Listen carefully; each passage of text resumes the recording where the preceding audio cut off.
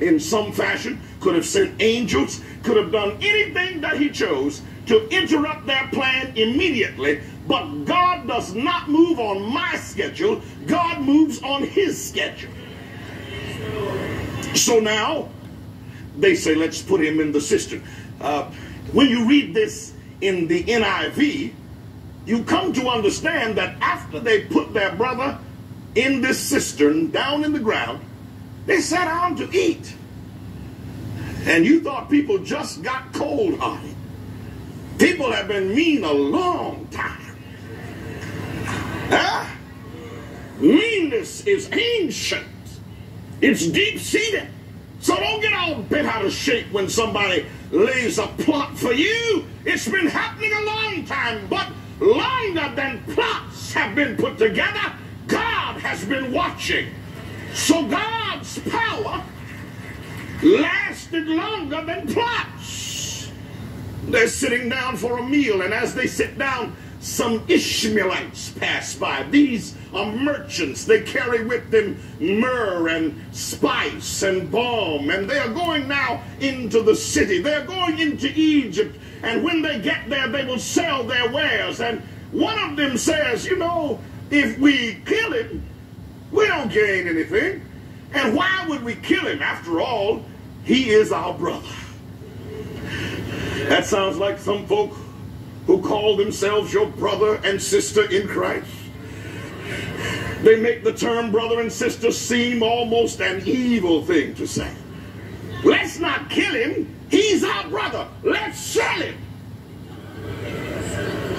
Let's not kill him. His blood would be upon our hands. Let's make him a slave. Let's sell him for 7 ounces of silver. Let's give him to those people and let them take him into a foreign land, and who cares what they do? So now they pull him out of a pit. His elder brother Reuben had already conjured up a way to save his life, but it was not to be. It would seem that God had gone to sleep, but don't ever believe that God has gone to sleep. God is watching when you think things have gone awry. They take him out of the cistern, put him on that wagon.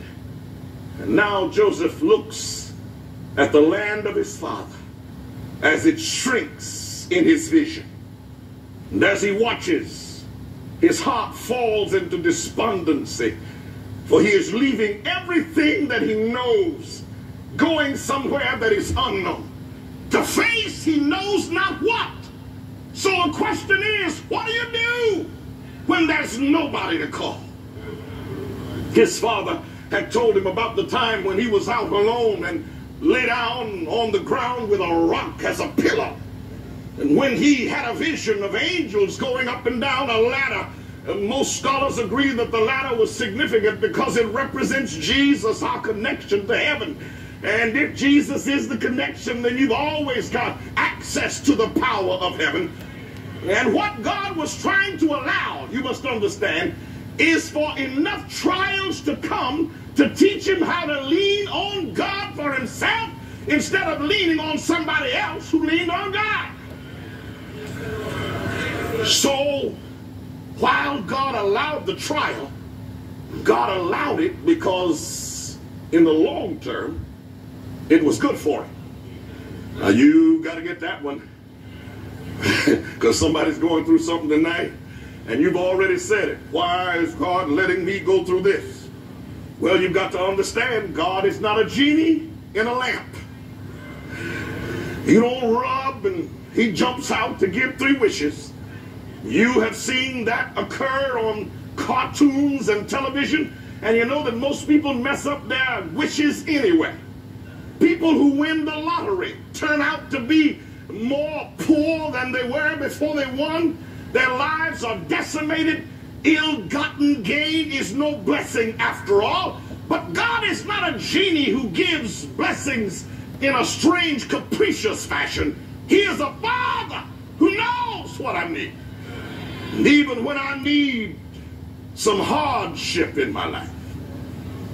One writer says that before Joseph was put in that cistern, he had started to be rather exacting. He expected too much out of others because he hadn't suffered.